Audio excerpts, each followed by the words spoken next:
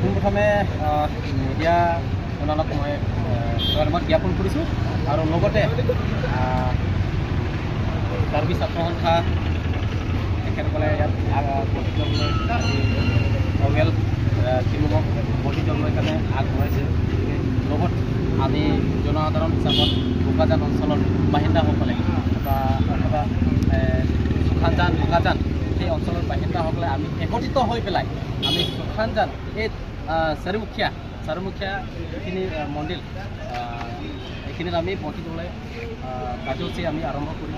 গতিকে সেই বন্তি জ্বলোৱা কাৰণটো কি কাৰণে হৈছে, গতিকে সেই কাৰণটো হৈছে যে অসম আৰু মেঘালয় বৰ্ডাৰ সেই সমস্যাটো যে বহুত দিনৰ পৰা এই সমস্যাটো চলি আছে।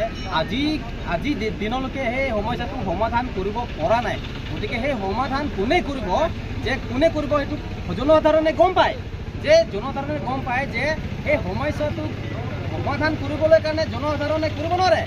এই সমাধান কৰিবলৈ কাৰণে এই সমস্যা সমাধান কৰিবলৈ কাৰণে কোনে কৰিব পাৰে।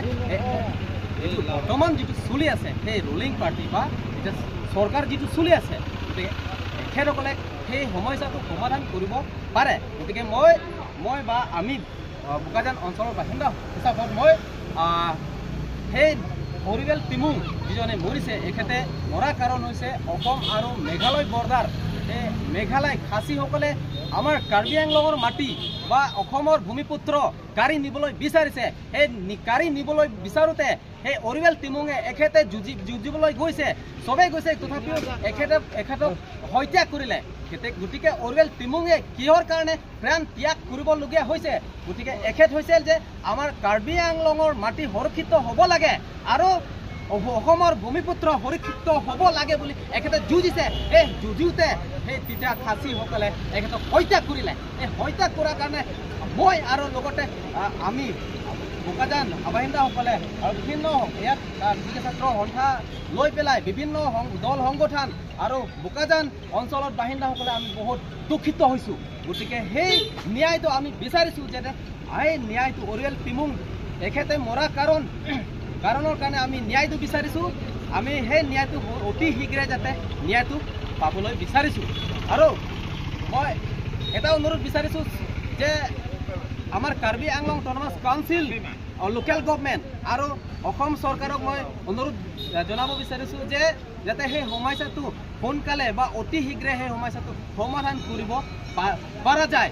আৰু আমাৰ ভাৰত সংবিধানত আৰ্টিকল 21ত লিখা আছে যে ৰাইট টু লাইফ। আমি সেইমতে আমি জীয়াই আছোঁ, কিন্তু আমি সেই এতিয়া যিটো চলি আছে চৰকাৰে আমাৰ ৰাইটটো সেই অধিকাৰ মতে আমি জীয়াই ৰাখিবলৈ বিচৰা নাই। গতিকে আমি বহুত দুখিত হৈছোঁ। গতিকে আমি জনসাধাৰণে যাতে বিচাৰিছোঁ যাতে আমাৰ কাৰ্বি আংলঙৰ ভূমিপুত্ৰ অথবা অসমৰ ভূমিপুত্ৰ সুৰক্ষিত হ'ব লাগে। আজি তেওঁলোকে বা আহিবলগীয়া আগন্তুক দিনতো সেই অসমৰ ভূমিপুত্ৰ বা কাৰ্বি আংলং ভূমিপুত্ৰ অথবা অসমৰ ভূমিপুত্ৰ সুৰক্ষিত হ'ব লাগে। মই সেইটো অনুৰোধ কৰিব বিচাৰিছোঁ অসম চৰকাৰৰ আৰু আমাৰ কাৰ্বি আংলং অট'নমাছ কাউন্সিল বা লোকেল গভৰ্ণমেণ্টক সেই অনুৰোধ কৰিছোঁ। আৰু লগতে আমি আজি সুশান্তিৰে আমি বন্তিটো জ্বলাব সেই কাৰ্যসূচীটো ৰাখিছোঁ। গতিকে সেই কাৰ্যসূচীটো আমি সম্পূৰ্ণভাৱে আমি ইয়াত একত্ৰিত হৈ পেলাই ইয়াত কাৰ্বি মাৰৱাৰী বিহাৰী বিভিন্ন জনগোষ্ঠী বিভিন্ন জনজাতি আমি একত্ৰিত হৈ পেলাই আমি সম্পূৰ্ণভাৱে এই বন্তিযুক্ত সম্পূৰ্ণ হৈছোঁ। গতিকে মোৰ মন্তব্য ইমানতে সামৰিছোঁ।